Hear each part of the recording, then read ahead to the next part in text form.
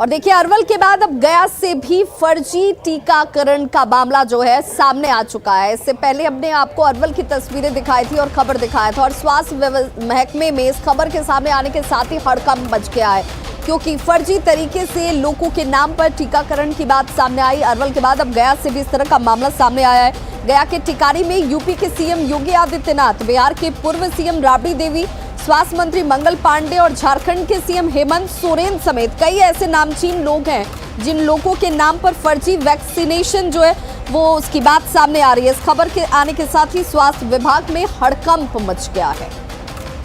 और सहयोगी रजनीश हमारे साथ इस वक्त ज्यादा जानकारी के साथ ऑनलाइन पर जुड़ गए हैं। रजनीश, अगर जो खबरें सामने आ रही हैं उन खबरों की सत्यता की बात की जाए तो एक बड़ा फर्जीवाड़ा यहाँ पर इस वक्त टीकाकरण की बात कर लीजिए, वैक्सीनेशन इस ड्राइव की बात कर लीजिए, उसमें सामने आता हुआ और इसकी जांच भी अब क्या शुरू की गई है?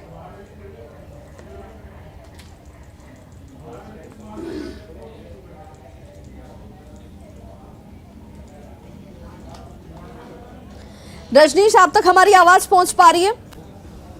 बिल्कुल, देखिए पूरे बिहार के जो मेडिकल कॉलेज हैं वहां पर सुबह से ही जो डॉक्टर हैं, जूनियर डॉक्टर, वो हड़ताल पर चले गए हैं। सबसे ज्यादा असर पीएमसीएच से पड़ा, जहां पर ओपीडी व्यवस्था जो है पूरी तरह से ठप हो गई है।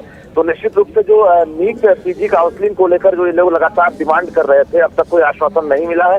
राज्य सरकार से लेकर केंद्र सरकार तक इन्होंने पत्र लिखा है कि जो डॉक्टरों की संख्या है काफी कम है, ऐसे में जूनियर डॉक्टर है उन पर दबाव बढ़ रहा है, जल्द ही नीट की पीजी की काउंसलिंग कराया जाए।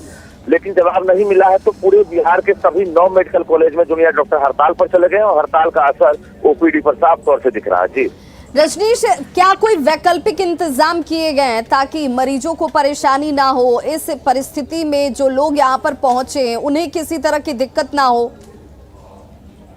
बिल्कुल, देखिए कोरोना को लेकर जहाँ तीसरी लहर को लेकर अलर्ट है पूरी तरह से अस्पताल, ऐसे में एक बड़ी चुनौती हो गई है राज्य सरकार के साथ साथ अस्पताल प्रशासन को लिए कि जो जूनियर डॉक्टर हो उनको कैसे मना पाएंगे। क्योंकि बता दें आपको कि पीएमसीएच के साथ साथ जो 5 मेडिकल कॉलेज हैं वो मूल रूप से जूनियर डॉक्टर के ही सहारे चल रहे हैं, क्योंकि सीनियरों की संख्या काफी कम है।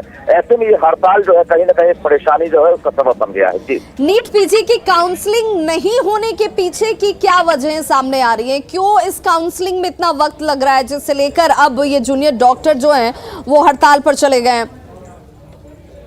देखिए बताया जा रहा है कि जो आरक्षण का मामला है वो रिजल्ट के बाद जो है कहीं ना कहीं उठा है और मामला कोर्ट तक पहुंच गया है, जिसके बाद जो नीट पीजी काउंसलिंग है उसमें देरी हो रही है और केंद्र सरकार के कहीं ना कहीं पहल करने की जरूरत है, क्योंकि केंद्र सरकार जब तक नहीं चाहेगी तब तक काउंसलिंग नहीं हो सकेगी। तो ऐसे में अब हड़ताल जो है इनके लिए जो है एक तरह से हथियार हो गया है, क्योंकि जब भी कुछ होता है तो जूनियर डॉक्टर हड़ताल पर चले जाते हैं। फिर से एक बार मरीजों की परेशानी बढ़ गई है। जी बिल्कुल, और ये जूनियर डॉक्टर बखूबी जानते हैं कि जूनियर डॉक्टरों के भरोसे ही मेडिकल कॉलेजों की बात कर लीजिए, अस्पतालों की बात कर लीजिए, व्यवस्थाएं जो है वो इस वक्त चल रही हैं और इस वजह से कहीं ना कहीं दबाव के तौर पर भी अब ये डॉक्टर्स प्रदर्शन और हड़ताल पर जाते हुए। बहुत बहुत शुक्रिया रजनीश इस तमाम जानकारी के लिए।